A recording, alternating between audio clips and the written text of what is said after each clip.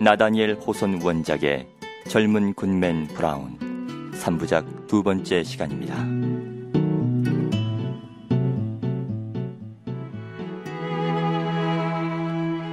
지난 이야기.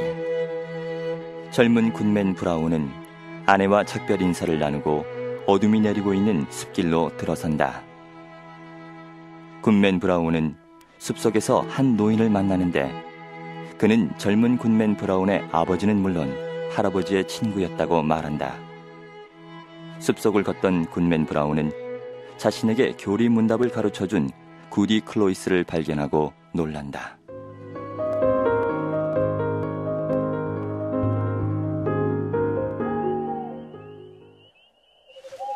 구디 클로이스, 그런데 왜 걸어가고 있나? 어르신, 믿을 수 있으세요? 글쎄 제 빗자루가 사라져버렸어요. 아마 아직도 목숨이 붙어있는 마녀 구디코리가 훔쳐간 것 같아요. 더구나 제가 야생 샐러리 집에 양지꽃에 늑대의 독즙을 섞어 바르고 있었는데도 말이에요. 거기에다 고운 밀가루와 갓난아기의 비계살을 섞어서 말이지. 자, 어르신은 그 비법을 아시죠? 아이, 모임에 갈 준비는 다 됐는데 타고 갈 말은 없고 그래서 이렇게 걸어가기로 마음먹었죠. 그랬군. 오늘 모임에는 근사한 젊은이 한 사람이 참석하기로 돼 있다더군요. 어르신이 저에게 팔을 좀 빌려주시면 눈 깜짝할 사이에 거기에 도착할 텐데 어떻게 좀 안 될까요? 팔을 빌려줄 수는 없지만 원한다면 내 지팡이를 가져가게, 구디 클로이스. 노인은 지팡이를 로파의 발치기로 던졌다.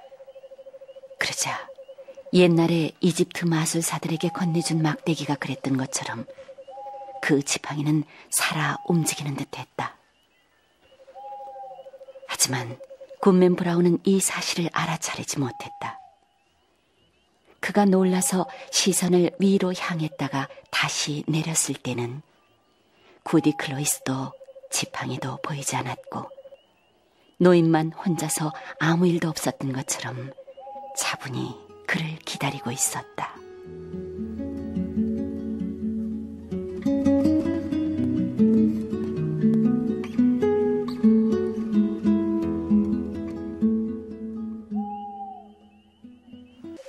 그들은 계속해서 걸었다. 그러는 동안 노인은 그 동행자에게 빨리 그리고 꾸준히 걷도록 계속 독려했는데 그는 그의 뜻을 아주 적절한 말로 전달해서 그 뜻한 바가 자신이 전한 것이라기보다는 그 말을 듣는 사람의 가슴 속에서 저절로 솟아올라오는 듯 싶었다. 이거 괜찮군. 이 단풍나무 줄기를 지팡이로 쓰면 되겠어. 좋아. 저녁 이슬에 젖은 장가지만 떼어내면 되겠어. 노인의 손가락이 젖은 가지들에 닿는 순간 그 가지들은 기묘하게 시들면서 일주일이나 햇볕에 말린 것처럼 바싹 말라버리는 것이었다.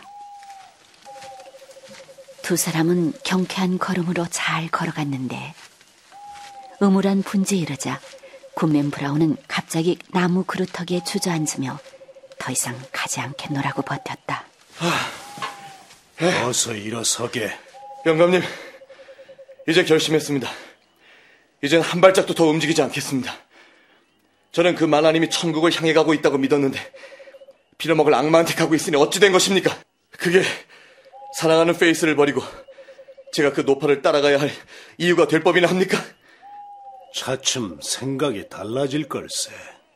자네 뜻대로 여기 앉아서 잠시 쉬게. 그리고 다시 걷고 싶을 때 이 지팡이가 도움이 될 걸세. 노인은 동행자에게 단풍나무 지팡이를 던지고는 짙어가는 어둠 속으로 빨려 들어가듯 순식간에 시야에서 사라졌다.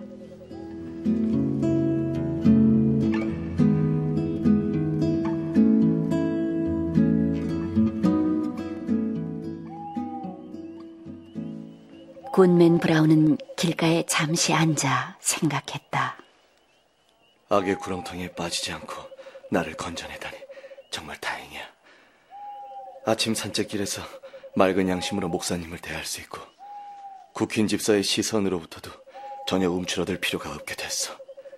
굿맨 브라운은 스스로에게 큰 박수를 보냈다. 그리고 그처럼 사악하게 보낼 뻔했지만 이제 페이스의 팔에 안겨 순결하고 달콤하게 보낼 수 있게 될 그날 밤의 잠은 얼마나 평온할 것인가를 생각했다. 그가 이런 즐겁고 훌륭한 명상에 잠겨있을 때 길을 따라 말발굽 소리가 들려왔다. 이게 무슨 소리지? 누가 오고 있는 것 같은데.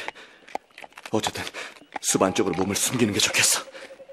말발굽 소리와 함께 사람의 목소리도 들렸는데 나이든 근엄한 두 사람의 목소리가 점잖게 이야기를 나누며 점점 가까워졌다. 이 소리들은 굿맨 브라운이 숨어있는 곳에서 불과 몇 미터 떨어진 곳을 지나고 있었는데 워낙 어둠이 짙어서 사람도 말도 전혀 보이지 않았다. 굿맨 브라운은 몸을 웅크리기도 하고 발뒤꿈치를 들기도 하면서 나뭇가지들을 젖히고 머리를 있는 대로 내밀어 보기도 했지만 그들의 그림자조차 볼 수 없었다. 그를 더욱 안달나게 한 건 그럴 수가 있을까 싶지만 그 목소리가 바로 목사님과 국힌 집사의 목소리였기 때문이었다. 잠깐만요. 아직 말소리가 들리는 거리에서 그들 중 한 사람이 나뭇가지를 꺾으려고 잠깐 멈춰섰다. 목사님, 성직 서임식 만찬과 오늘 밤의 이 모임 둘 중에서 전 차라리 서임식 만찬을 포기하겠습니다. 잘 생각하셨습니다.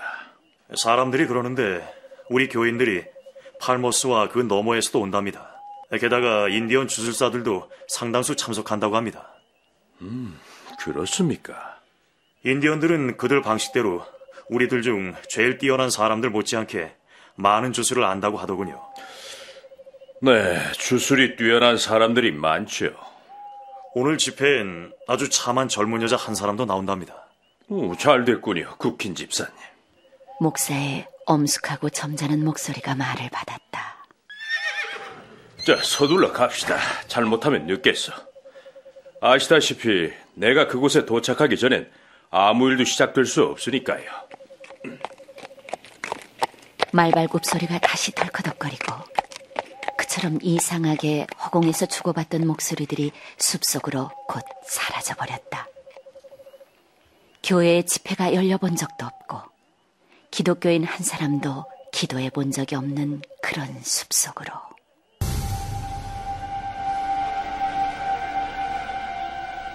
그렇다면 이 성스러운 사람들이 이 교도의 황야 아주 깊숙이 도대체 어디로 여행을 할 수 있단 말인가? 젊은 굿맨 브라운은 무겁게 짓눌려오는 가슴을 주체하기 어려워 땅바닥에 혼절하여 쓰러져 버릴 것만 같아서 나무를 붙들고 몸을 의지했다. 저 높은 하늘에 정말 천국이 있는 걸까? 그는 정말 천국이 저 위쪽에 있는지 의심을 하며 하늘을 쳐다보았다.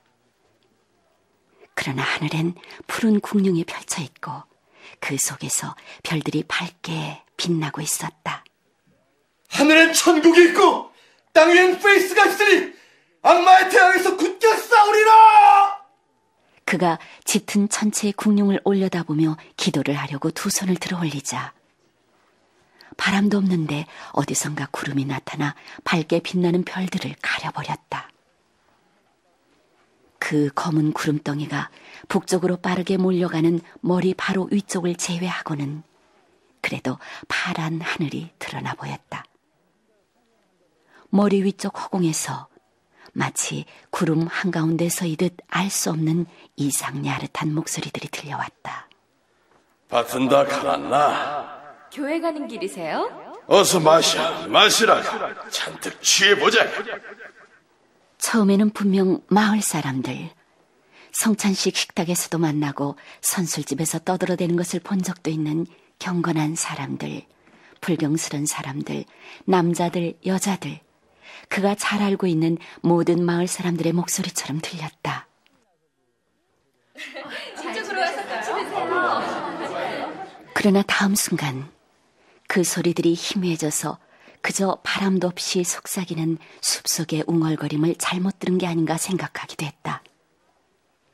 그러자 다시 한번 더 크게 그 귀에 익은 목소리들이 그 중에서 슬픔을 호소하는 듯한 젊은 여자의 목소리가 들려왔다. 제발, 전 갈 수 없어요. 제발 절 이대로 보내주세요. 겁내지 마시오. 다 괜찮소. 자, 겁내지 말고 이쪽으로 나오시오. 그래요. 어서 나가요. 어서 그게 구원을 얻는 거요. 무슨 슬픈 일인지는 몰라도 어떤 괴로운 도움을 청하는 애처로운 목소리가 들렸다.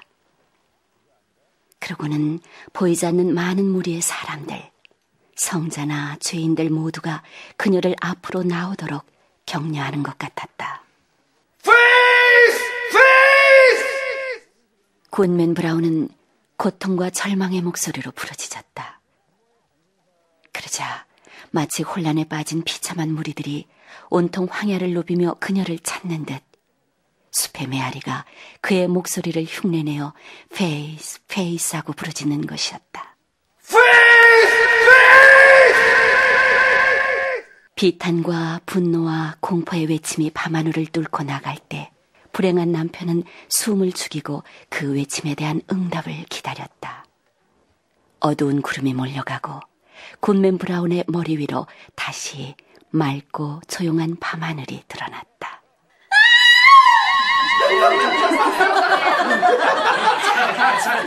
그 순간 뭔가가 하늘에서 나풀대더니 나뭇가지에 걸렸다. 굿맨 브라운은 얼른 그것을 움켜쥐었다. 그것은 핑크빛 리본이었다. 내 페이스는 이제 떠났구나. 페이스가 떠나버렸어! 굿맨 브라운이 소리쳤다. 이 땅 위에 선이란 없어. 죄란 이름일 뿐 이 땅에는 없는 거지. 악마야 오너라. 그래 이 세상은 온통 네 것이다. 절망감에 미쳐버려 한참을 큰 소리로 웃고는 굿맨 브라운은 지팡이를 움켜쥐고 다시 길을 떠났는데 그 속도가 어찌나 빠른지 걷거나 달린다기보다는 숲길을 따라 날아가는 것처럼 보였다. 길은 점점 더 거칠고 황량해지다가 자취가 희미해지더니 사라져버렸고 이제 어두운 황야의 한가운데 홀로 남겨져 사람을 악으로 인도하는 충동의 힘으로 계속 앞으로 내달리고 있었다. 나무들이 삐걱거리는 소리, 짐승들의 울음소리, 인디언들의 외침소리, 온 숲은 이런 무시무시한 소리들로 가득했다. 그러다가 때로는 바람소리가 멀리서 울려오는 교회 종소리처럼 들리기도 했고 때로는 마치 온 삼라만상이 그를 조롱하듯이 그 주위로 함성을 일으키기도 했다. 그러나 그 자신이 그 장면에서 가장 무서운 형상을 하고 있었고 주위의 다른 무서움들로부터 조금도 움츠러들지 않았다. 굿맨 브라운은 바람이 그를 조롱할 때 자신도 큰 소리로 부르짖었다. 그래, 누가 더 큰 소리로 웃는지 겨뤄보자. 주술 따위로 나를 겁주려는 생각은 하지 마라. 마녀야, 마술사야 나와라. 인디언 주술사야 나와라. 악마, 너도 나오너라. 여기 굿맨 브라운이 나가신다. 굿맨 브라운이 널 두려워하듯 너도 날 두려워하는 게 좋을걸. 요령들이 출몰하는 모든 숲속에서 굿맨 브라운의 모습보다 더 끔찍한 모습은 없었다. 그는 검은 소나무들 사이로 날아가듯 돌진하며 미친 듯한 동작으로 지팡이를 마구 휘둘러대면서 불경스럽고 끔찍한 말들을 마구 내뱉기도 하고 악마들이 그를 둘러싸고 웃어대는 것처럼 들리도록 큰 소리로 웃어젖혔다. 악마의 본 모습은 악마가 사람의 가슴 속에서 날뛸 때보다는 덜 끔찍해 보이는 것이다.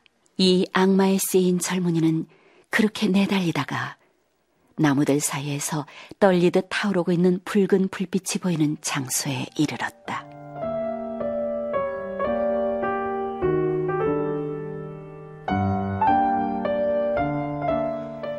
저건 무슨 불빛이지?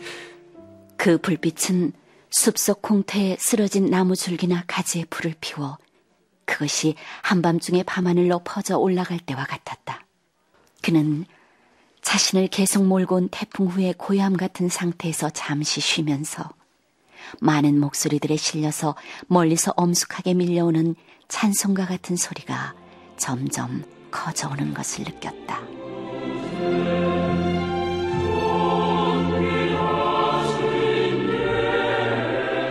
그것은 그가 아는 선율이었다. 마을 공회당의 찬양대가 부르는 귀에 익은 노래였던 것이다. 노랫소리가 차츰 무겁게 사라져가고 합창의 화음이 뒤를 이었는데 그 화음은 사람의 목소리로 이루어진 것이 아니라 밤의 황야의 온갖 소리가 무시무시한 조화를 이루며 퍼지는 그런 화음이었다. 굿맨 브라운은 소리를 질렀다. 그러나 그의 외침은 황야의 그것과 섞여 하나가 되면서 자신의 귀에는 들리지 않는 것이었다. 침묵이 진행되는 동안 그는 불빛이 눈에 환히 비치는 곳까지 살금살금 접근했다.